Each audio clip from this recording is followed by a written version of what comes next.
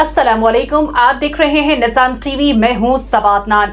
Share करते हैं एक अहम खबर। सऊदी अरब में मजलिस पाकिस्तान की जानिब से अल खिदमत फाउंडेशन पाकिस्तान के सदर डॉक्टर हफीजुर रहमान के एजाज़ में तकरीब का एहतमाम किया गया।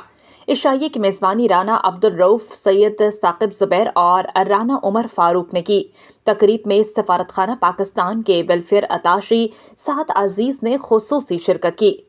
तकरीब से खताब करते हुए डॉक्टर हफीजुर रहमान ने कहा कि ओवरसीज पाकिस्तानी हमेशा पाकिस्तान के सफ़ीर बनकर दुनिया भर में मुल्क का मस्बत तशख़्ख़ुस उजागर कर रहे हैं। आप लोग पाकिस्तान की शनाख्त हैं और आपकी मेहनत और दयानत ही पाकिस्तान का असल सरमाया है।